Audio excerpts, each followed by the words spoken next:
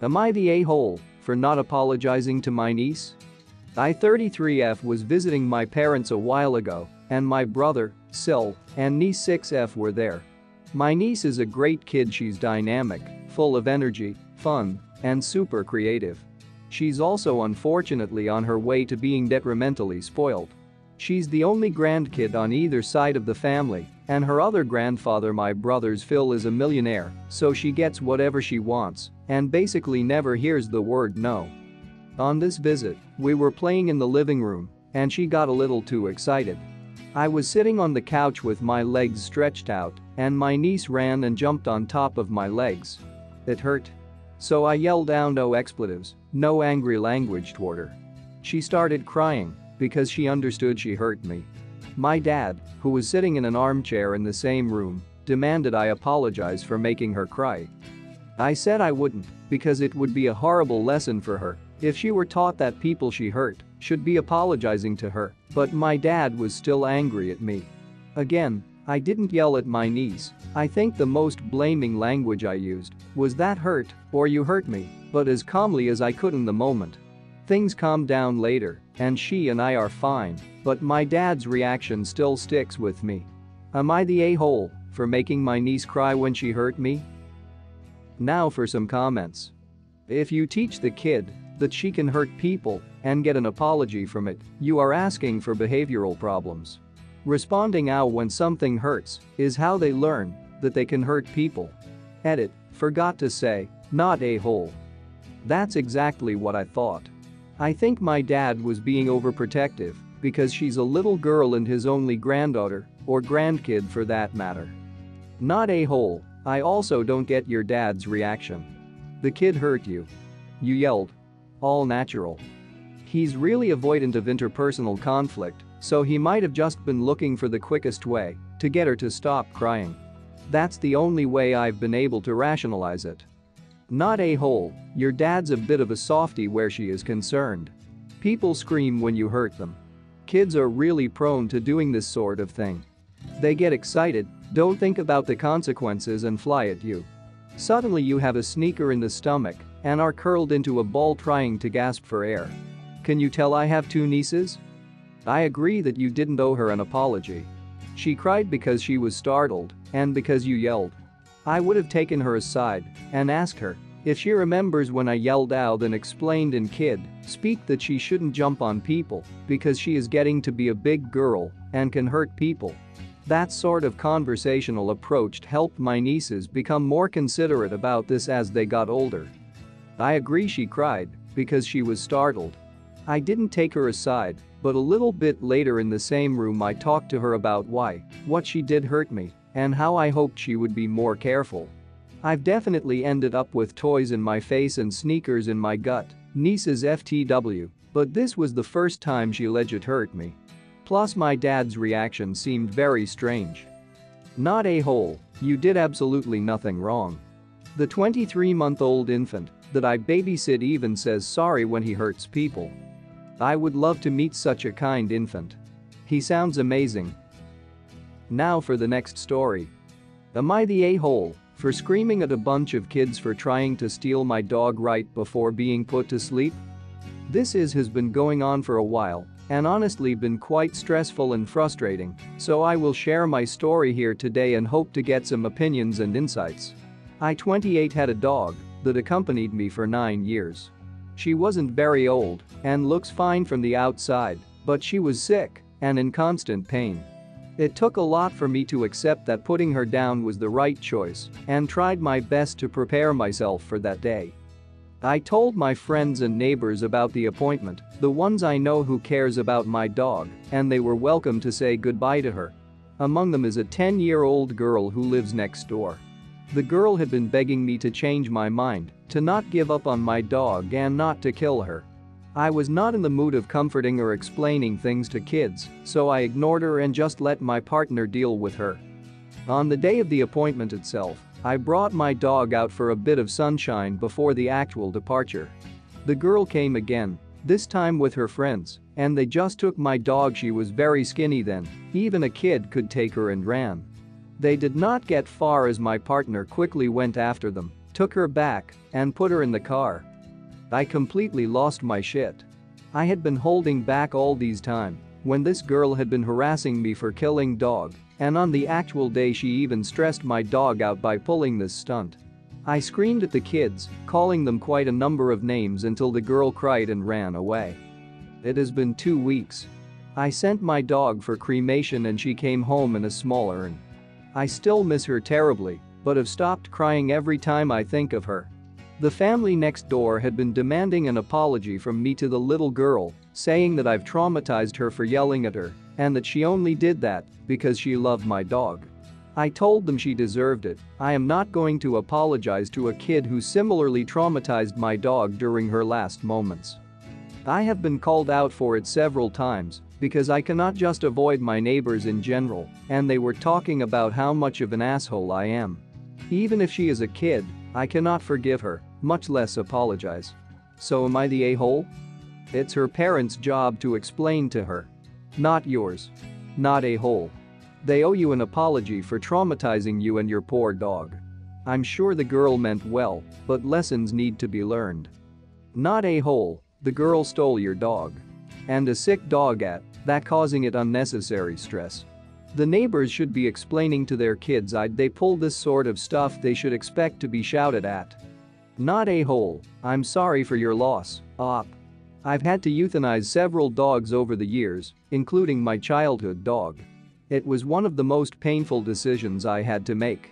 My stepdad had to put down his beloved dog when she was only 5 because her quality of life was deteriorating due to a health condition, and in the end he decided to pick quality over quantity.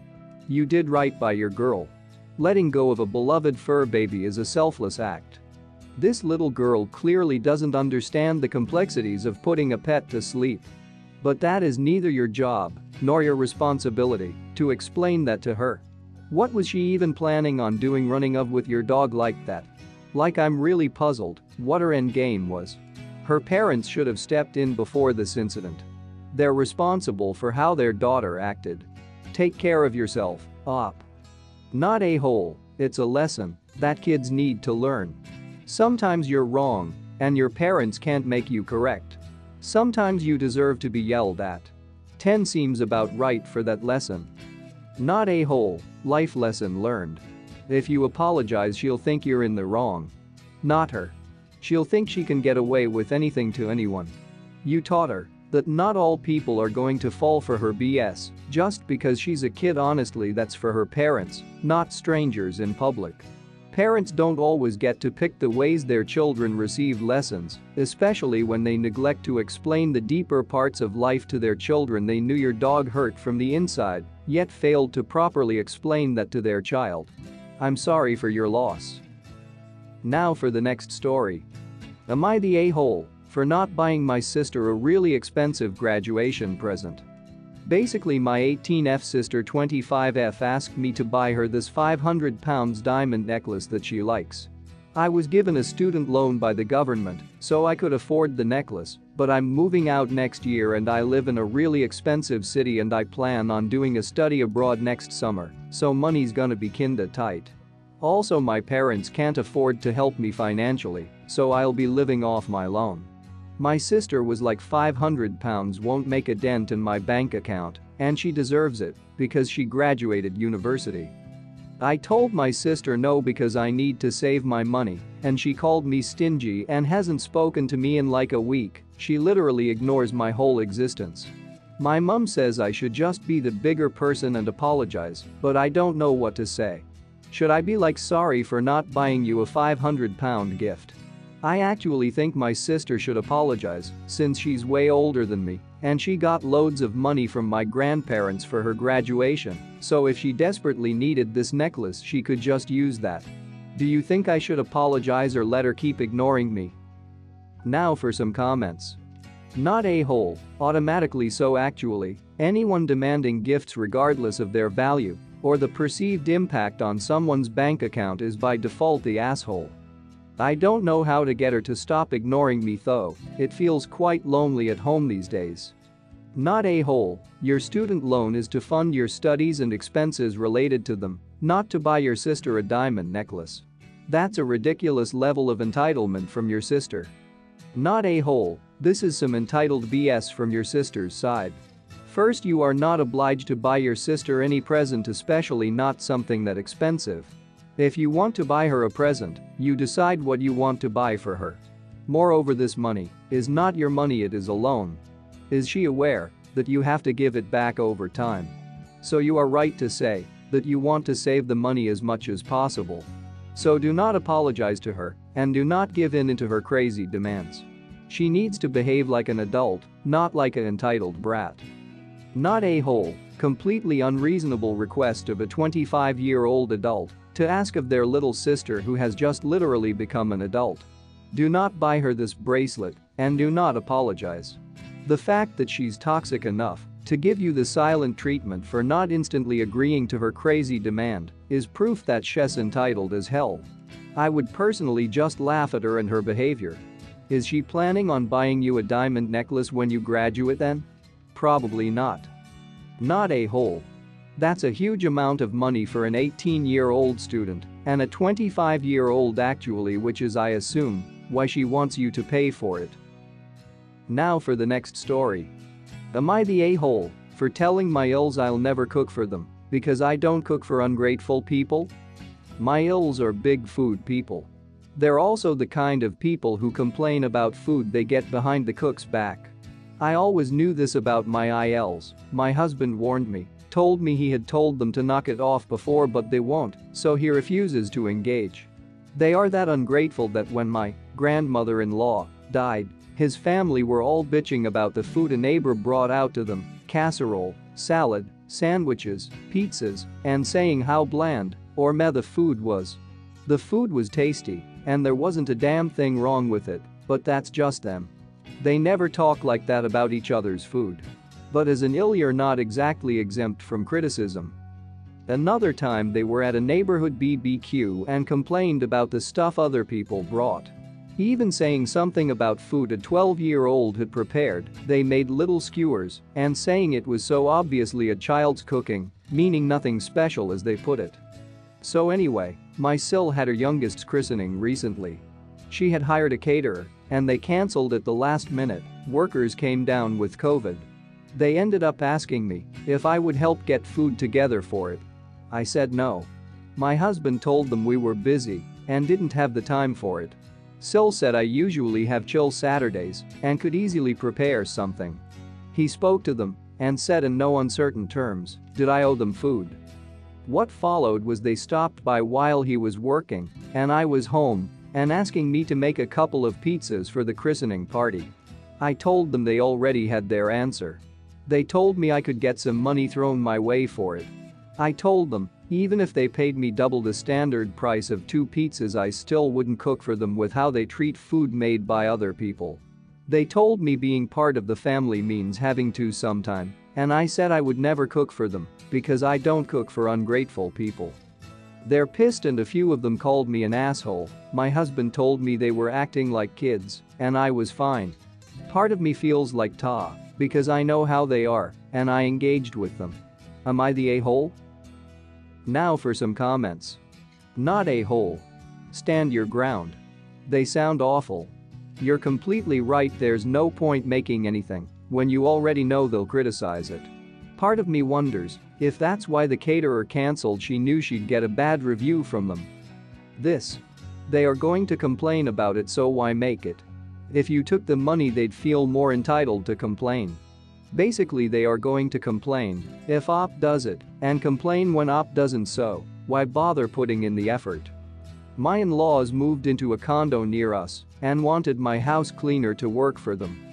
Mill is never happy and a total pia, plus my house cleaner is legit family to us. We have therapy hour on the porch together when she's here. I told her either tell my Mill no or quadruple her price for the hassle. Not a-hole. They were told no several times. Only when they continually pressed did you lay it all out for them. Do not let them bully you.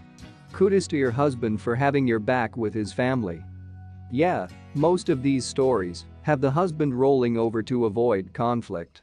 Not a-hole. I honestly also feel weird about them putting so much pressure on op to make food for them, even when they already said no. It makes me feel like they really want other people to bring food so they can criticize it, as if it's a family hobby.